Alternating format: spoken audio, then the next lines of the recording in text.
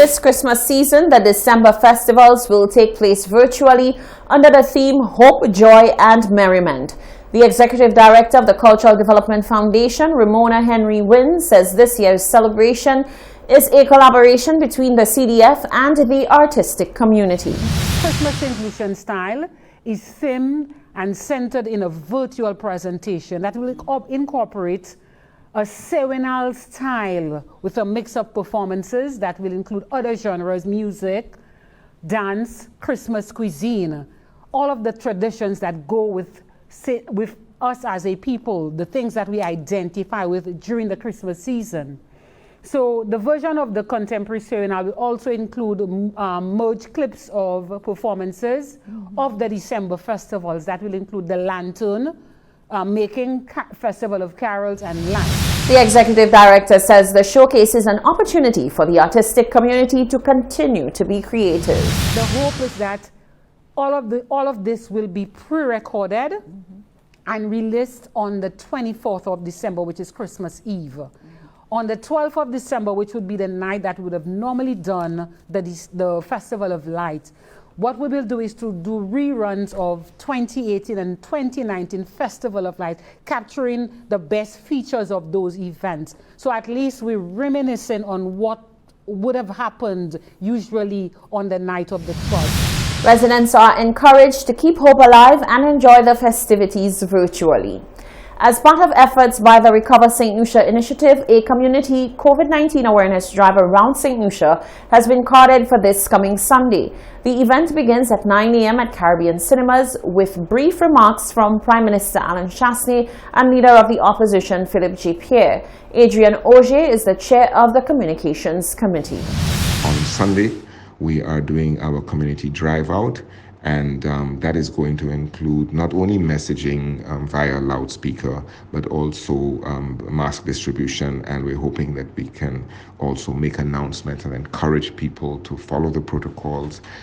These things are within our grasp, so we must not miss the opportunity to make the protocols work.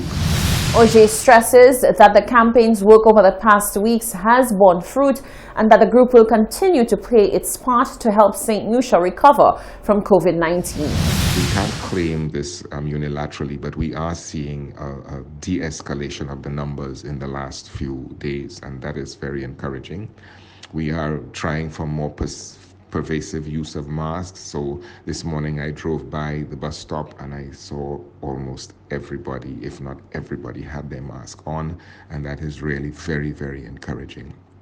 Greater adherence to specific protocols in public places cannot be overemphasized. If we just do that, we will get the numbers down, and once we get our numbers down, then we can start to return to normal economic activity.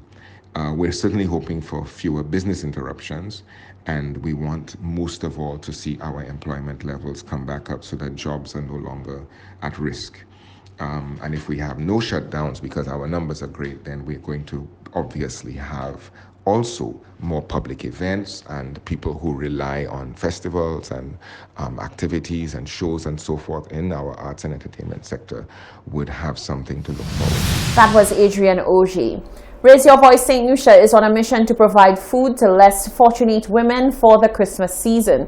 President Catherine Seeley says COVID-19 has done a number on many households. Therefore, the group is aiming to provide as much relief as it can.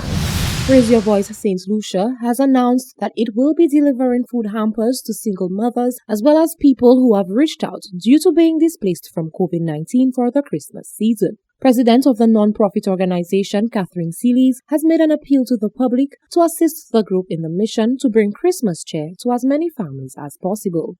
We have quite a few people who have called and say, well, they do not know how they're going to provide for their children for Christmas. So Raise Your Voice St. Lucia collecting non-perishable items like sugar, flour, rice, things to make porridge, milk, tuna fish, so that we can do a food drive for persons who are not able to afford food for Christmas. And we're asking people to contribute whatever they can. Call us, search for us on social media, send us a message, buy the thing, we'll collect the receipt, or we will collect it at the point of order so that we can help those who cannot help themselves. COVID-19 displaced many people. Celie says the organization has been doing as much as it can to assist all those who reach out for help, whether or not they are victims of domestic violence. Since April, when coronavirus became a thing in St. Lucia, a number of people lost their jobs. We've been helping out in small ways, provide food, provide rental assistance, in some instances, support for children to return to school. She says now that the Christmas season is upon us, all those who can should make a concerted effort to bring joy to as many as they can. Reporting for Hot 7 News, I am Genevieve Gonzalez. Stay with us. There's more news coming up after the break.